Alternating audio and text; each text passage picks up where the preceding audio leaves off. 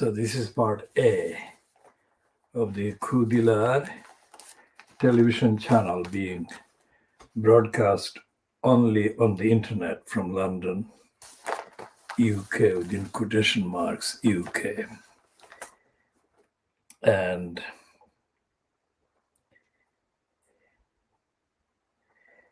there is nothing about the corruption in government, incompetence of the government fronted by Boris Johnson, the cabal fronted by Boris Johnson.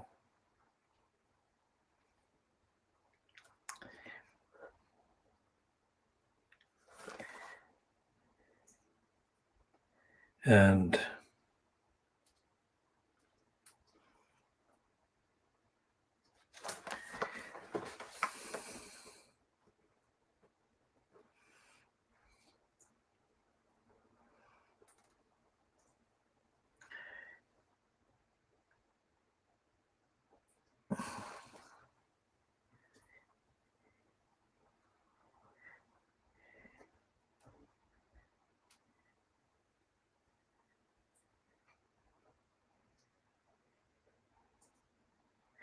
so there is a minor item in the briefing section, the financial crimes, which should have given greater prominence to this piece about CureVax. CureVax is a company, and it's saying that poor trial results hit CureVax stock. So it's about stock, it's the market, about the business at the expense of health. But it also contains a subtle clue. CureVac's late-stage trial of its coronavirus vaccine has shown it to be only 47% effective, a blow to a drug maker championed by Berlin. The group's shares plummeted. So it's all about making money.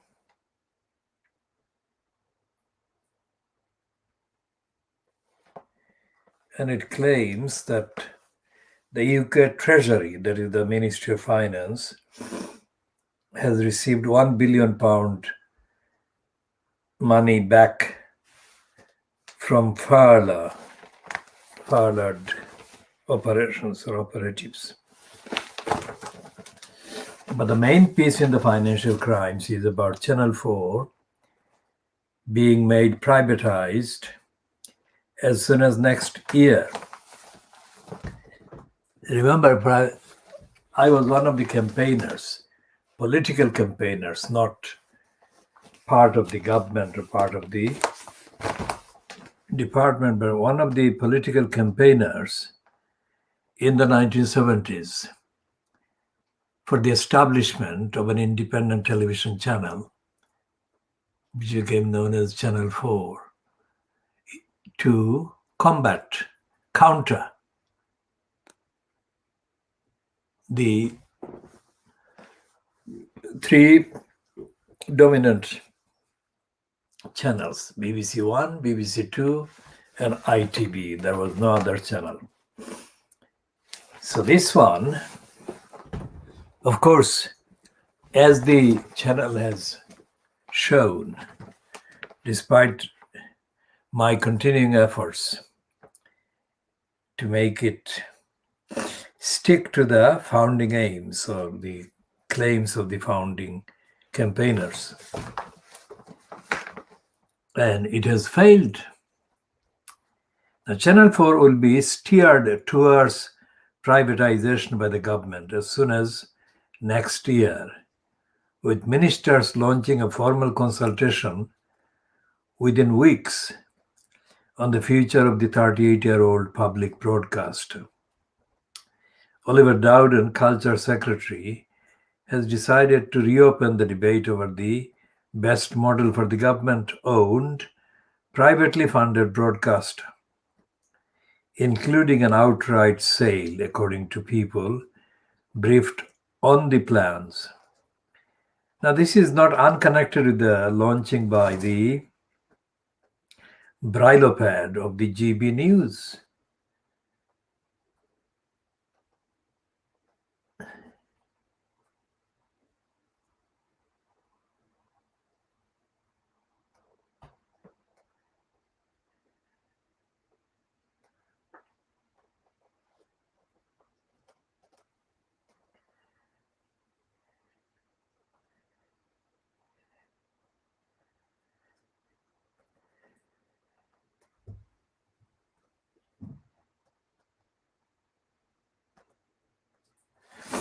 Well, this piece, although it mentions Oliver Dowden, it is not about Oliver Dowden at all. It's about Johnson and the far-right liars that don't want any, even the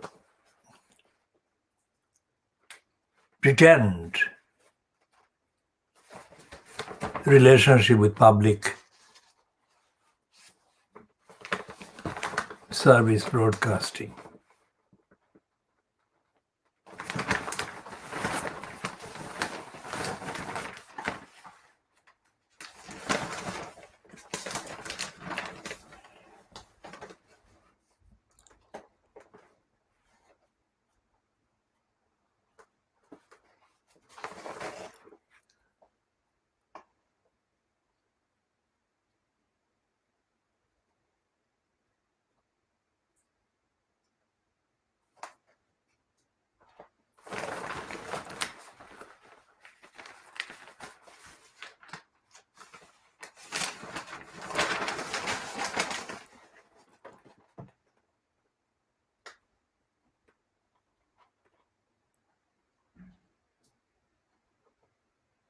There is a piece with a very alluring heading.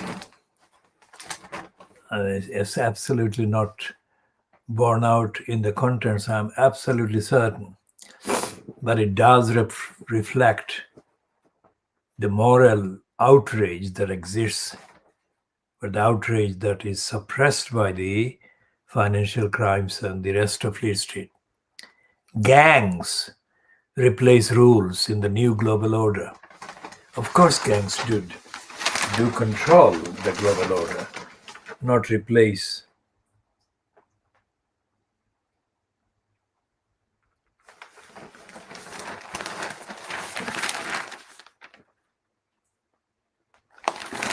And there is a stupid headline to this piece, byline to Sebastian Payne. WhatsApp is where real political power lies in Britain. Absolutely stupid and untrue.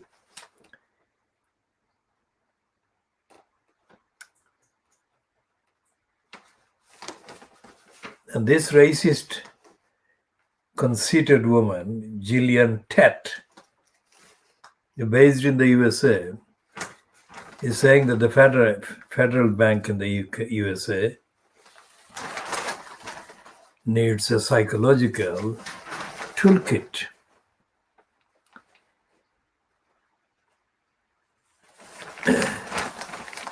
And the financial crimes is talking about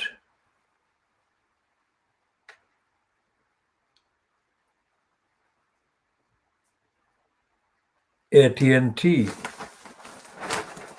The surprising move to turn its back on Hollywood kept 4 decades of botched deal-making for the communications group. Now it is going back to basics with a focus on its roots in telecoms.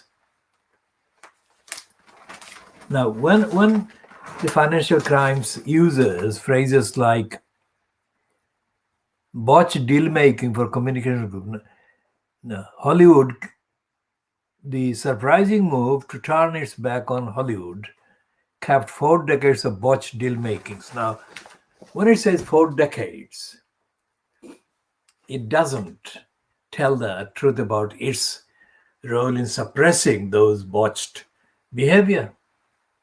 And that is where the financial crimes is justifiably renamed as financial crimes, because it suppresses the crimes that are committed at the time.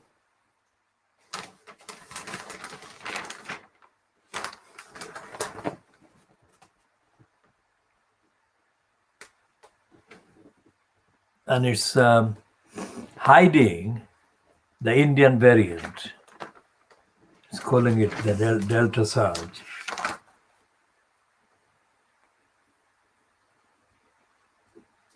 A rise in coronavirus cases has put 30 to 39-year-olds at greater risk from severe COVID-19 than from the blood clots associated with the Oxford AstraZeneca vaccine.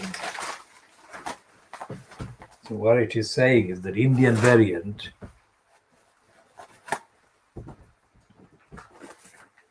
is more dangerous than the AstraZeneca linked spread, blood clot and other things.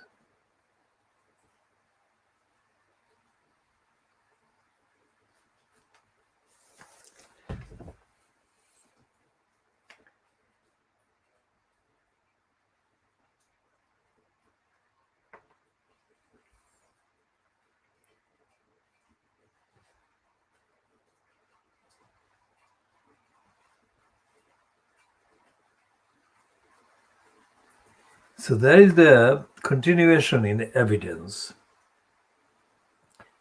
continuation of the widespread corruption in the police and the Crown Prosecution Service.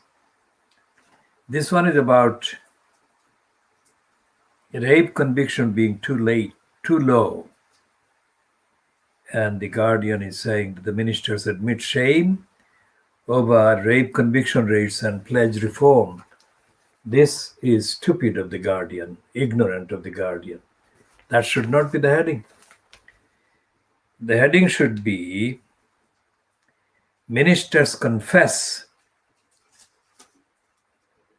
corruption in the prosecution, suppression of prosecution that are needed for high numbers of rapes.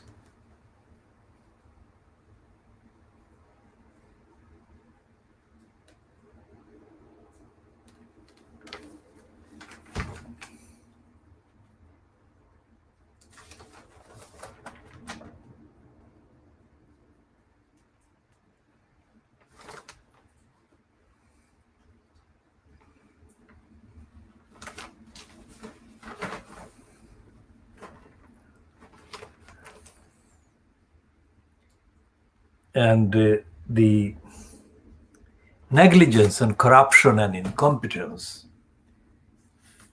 of the so-called prosecution and police forces and authorities evident in the report about Manchester Arena inquiry. Boma should have been seen as a threat. Now extrapolate that and apply that evidence that whoever was in post, in plural,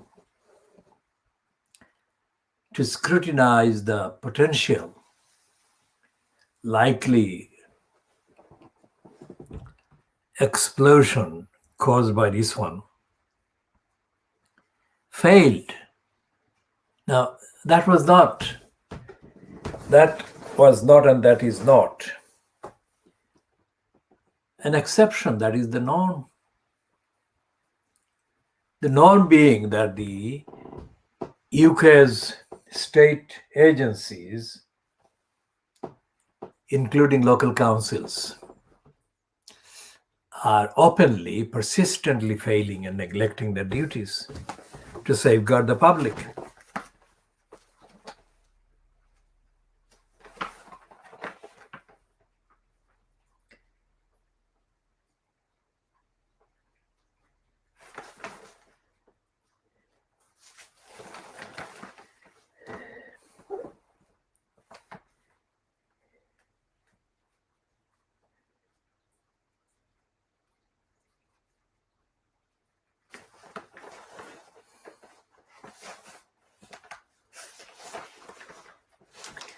There is ongoing propaganda battle among Boris Johnson-fronted cabal.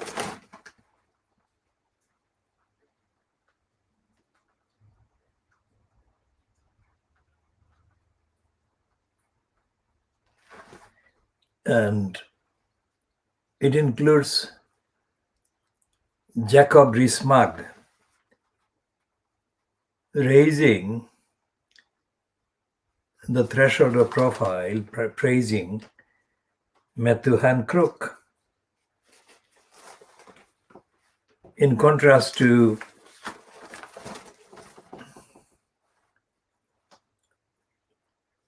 Dominic Cummings describing Matthew Hancock as hopeless, quoting Boris Johnson as calling him, swear word, hopeless.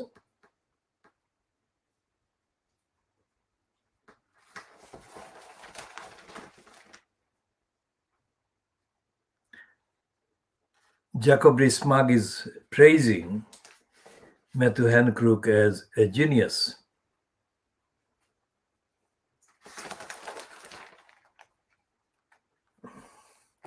Now here is a heading which is again absolutely stupid. It says octopuses feel pain and should have legal protection. Now, why did they think that octopus, living beings, didn't have any pain before?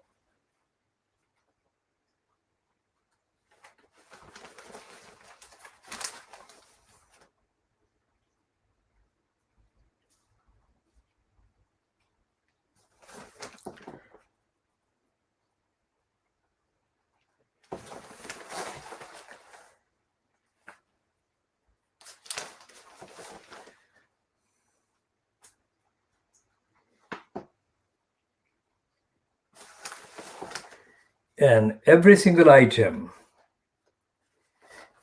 even in the diluted form of the lying guardian, contains absolute brazen contradictions of fact, of evidence. Now, here is a piece headed English Heritage. It's an organization, it's not the generic word, phrase. English Heritage recognizes writers' racism.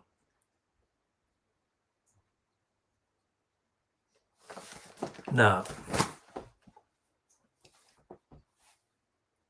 racism has been not only present but dominant in the theme, in the agenda, in the narrative, in the scripts, in the contents, in the language, in the phrases, and in the routine denial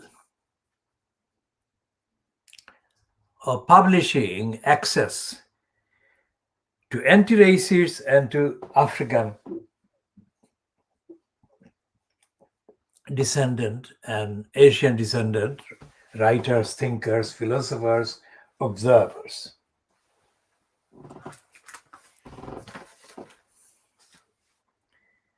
And the entirety of the curriculum and the approach, the critical approach to the contents of what is taught and what is promoted and peddled in the organized schools system is absolutely racist. So it's not just English Heritage, the organization.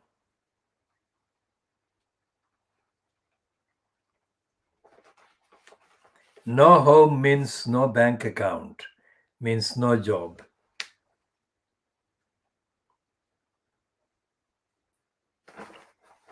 And this is not news.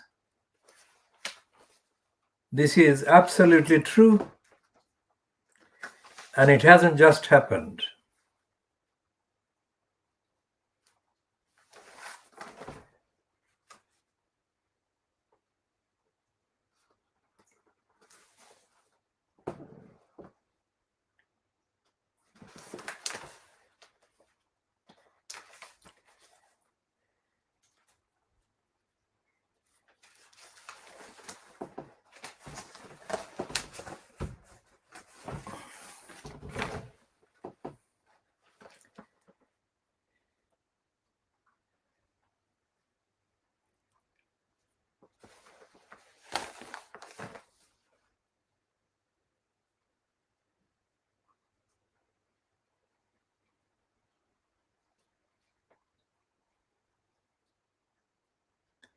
Now, here is a piece in the Guardian today, in the journal, Opinion and Ideas. And it's apparently bylined to a Duncan Campbell. He is not the Duncan Campbell, the investigative, scientific investigator into the secret state and secret society. It is the other Duncan Campbell who is either married to or has been living with Julie Christie for a very long time. And this Duncan Campbell is a racist liar from Scotland. Well, the other Duncan Campbell is from Scotland as well, but we do not describe the other Duncan Campbell as a racist liar. That Duncan Campbell was one of the three prosecuted by the Marlene Rees-fronted Home Office in the racist James Callaghan-fronted government in the 1970s. And the defendants became quickly known as the abbreviated collection of names, ABC. ABC is Crispin Aubrey, and B is John Berry, a former soldier, and C is for Duncan Campbell, that Duncan Campbell, the investigative reporter. Now, this Duncan Campbell, in today's Times, in today's Guardian, the Guardian, in the journal section of the Guardian today,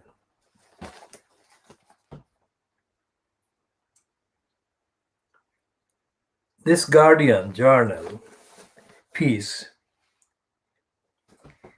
describes this Duncan Campbell as the author of "We'll All Be Murdered in Our Beds: The Shocking History of Crime Reporting in Britain." We shall discuss that one in due course, not in this edition. But this journal piece in the Guardian today, Friday, the 18th of June 2021,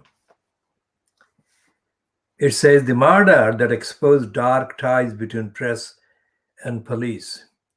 Well, what he is meaning by the murder is, of course, the murder of Daniel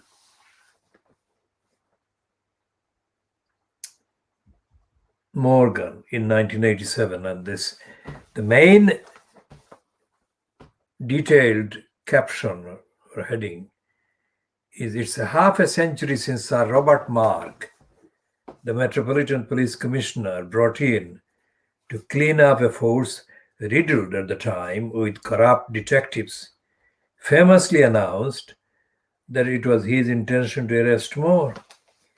And this Duncan Campbell piece, as it is printed in the journal in the Guardian today, 18th of June 2021, continues. This corrupt detective famously announced that it was his intention to arrest more criminals than he employed. The findings of the independent inquiry into the 1987 murder of the private detective Daniel Morgan now provides a telling echo of that time in terms of the behavior both of the police and those of parts of the press that cheerfully rewarded and encouraged the bent coppers and dodgy private detectives who supplied them with tales. Much has been made of the time, 8 years, that it has taken the panel to conclude its investigation and the cost £16 million involved in carrying out the inquiry. But picking through the 1,200 pages of the report and its baleful conclusion of incompetence, dishonesty, arrogance, and worse would be a very worthwhile exercise for anyone concerned about the state of British policing, the criminal justice system, and not least the relationships past and present between the media and the police. The basic facts are well known. A young private detective was found murdered in a pub car park in South London in 1987 with an axe in the back of his head. There was talk that he had been about to blow the whistle with the help of a newspaper on the subject of police corruption. So who done it? 5 police investigations failed to provide the answer, and all have examined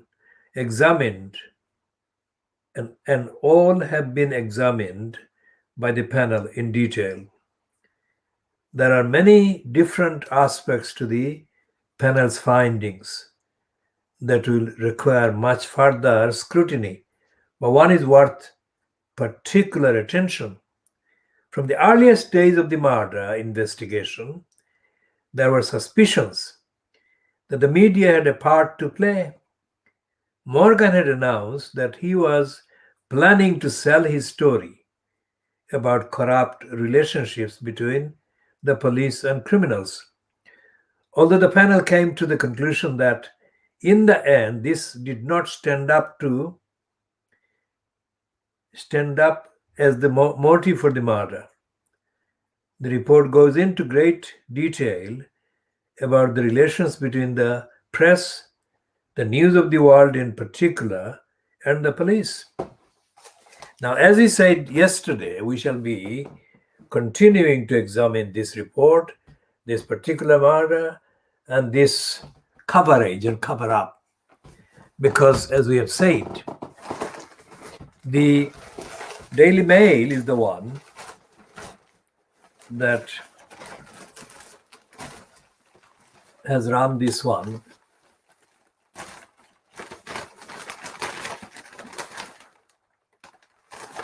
Two days ago on Wednesday.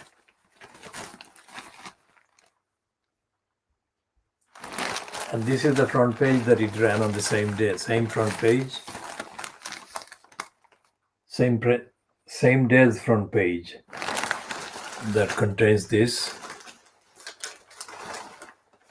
corruption and cover-ups on the inside pages. We shall be discussing this, and while we have referred to Duncan Campbell as a racist liar from Scotland, we have to add that we know him from contacts with him while he was at Time Out magazine, which was our contacts with him was in 1970s.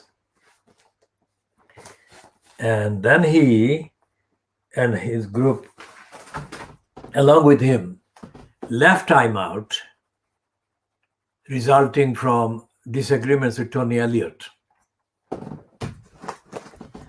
And then they set up a City Limits, which folded in due course, but City Limits did carry a number of pieces by me.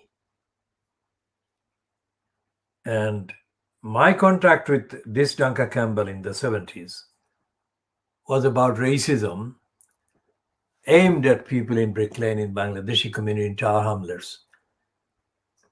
And he made a number of false and racistly in denial statements and failed to publish the actual contents of my report. What he did publish was part of the truth, but 90% of what I said was suppressed by him at Time Out. So I published in Time Out in 1976 about Brick Lane, and I published in City Limits as well, and I published in the monthly called The Leveler. And this is something that I'm talking about for 76, 86, 96, 2006, 2016. So it's 45 years ago. So in that 45 years, a lot of events have happened, and quite a significant number of Bangladeshis who are not in this country at the time, but who eased themselves into this country as a result directly of our campaign against racism. And those arrivals are now involved in a number of ethnicity-linked outlets that are done at the expense of the Bangladeshis in Brick Lane, in Tower Hamlets, and by extension in the rest of the UK. So 45 years, and they were not here until the mid or late 1990s or early 2000s. And not a single one of those outlets has published anything remotely comparable to the impeccable, consistent, fact-based, evidential, original publications by the Khoodeelaar campaign, by the Adhikar Weekly, the Benth Bulletin, the Sarth Bulletin, and others that I have organized and mobilized, edited, and created. Fact.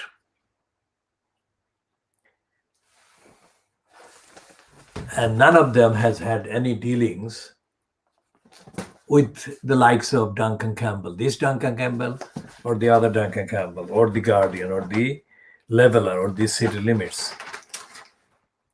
When Rupert Murdoch was kind of dominant, and he's still dominant, but when he was dominant in the 1970s and 1980s,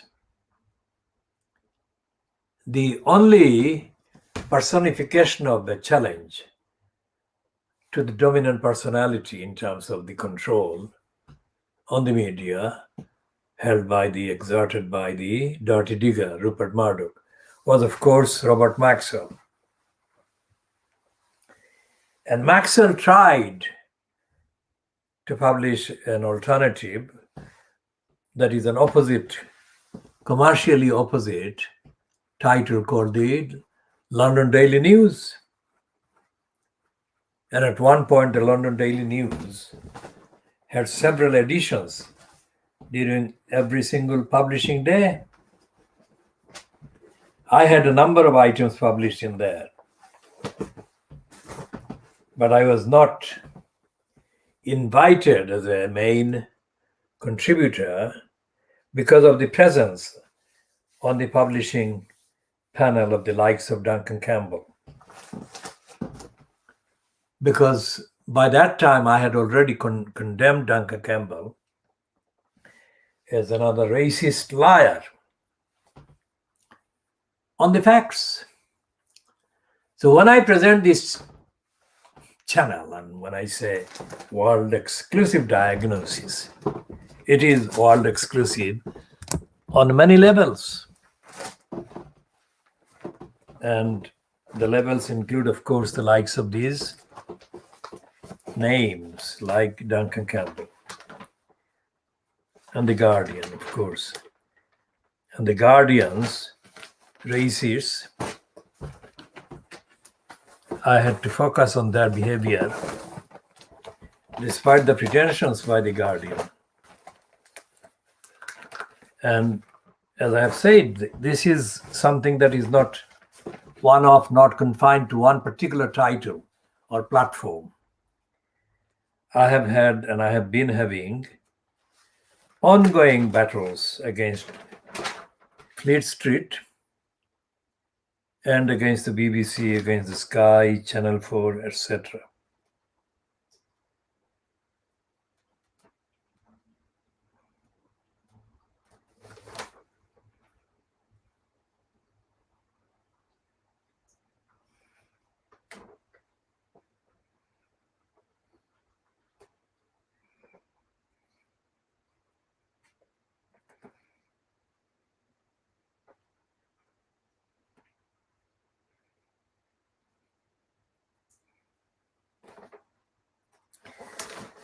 And there is a piece by the newspaper referring to Hilary Mantel, who has received the Walter Scott Prize for Historical Fiction for the Mirror and the Light. Mirror and the Light is the novel concluding her trilogy about Thomas Cromwell, claiming that, and this claimed 25,000 prize 11 years after Wolf Hall, the first book in this series, received the inaugural award. Now you can see the list of the recipients of these kind of writers' awards or journalism award, which is the one that is peddled in this country by the Guardian and the Private Lie, is of course the one named after Paul Foot, the Paul Foot Award. There is no comparable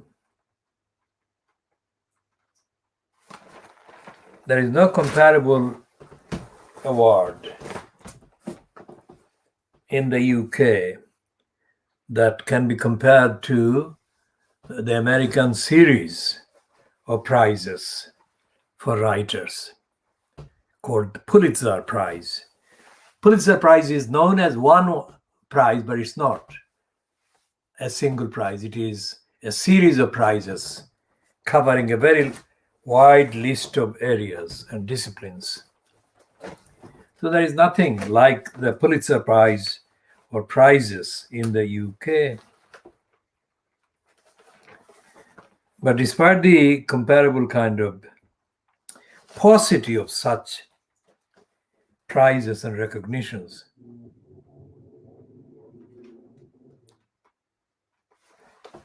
the actual narrative, the politics, and the agenda of the Pulitzer Prizes and the Paul Foot, let's say, award, they are the same. They're racist, imperialist, and in the main stupid,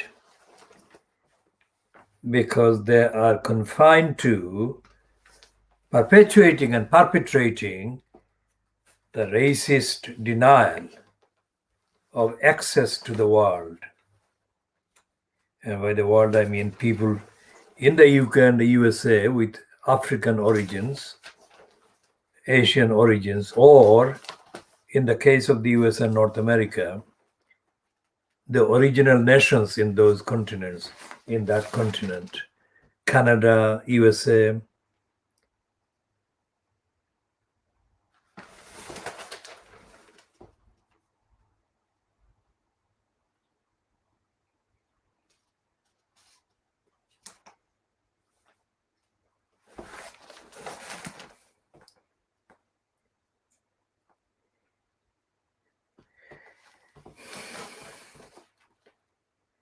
And what the Guardian and the likes of the newspaper and the Independent, which is not printed but only accessible online, are doing in the last, say, year, since especially the murder of George Floyd, is running pieces featuring mainly African origin people or people with mixed parentage, one parentage being African origin and the other being white European. That is in contrast with the pieces featuring people of Asian origin.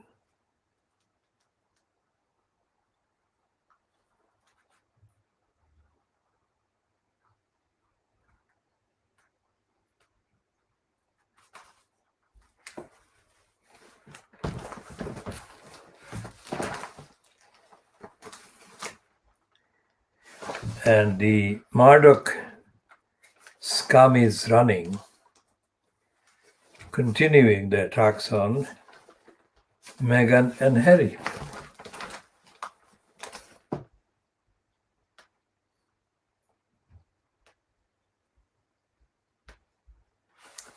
And they've got a piece by the far-right racist denier called Douglas Murray, peddling the case for Briloped Andrew Neil and his GB News channel, because it has been hit by an normally not noticed boycott by a group of advertisers. So we shall be talking about that and the Financial Times and the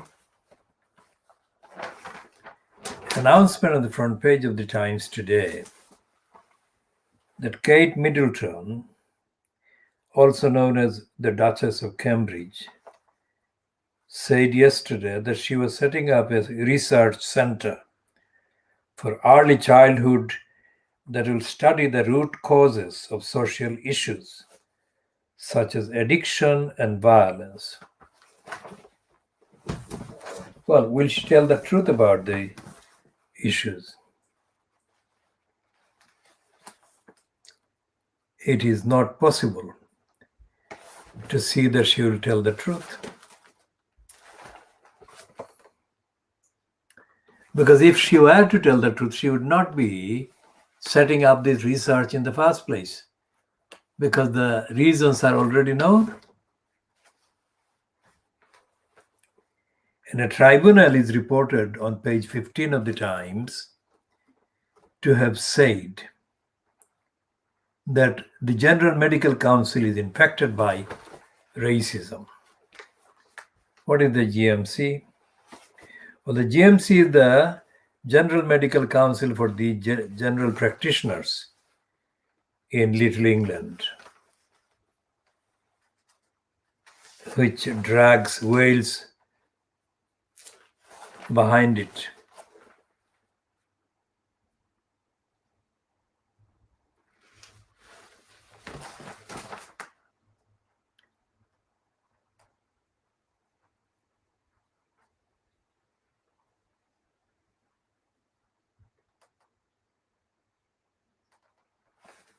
And they've got a 2-page spread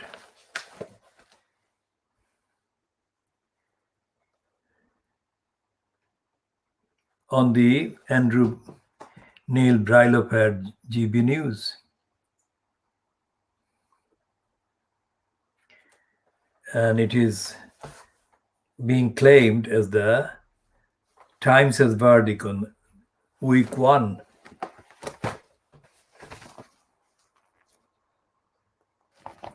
Shall be looking more at that in later parts. Shall be concluding this part A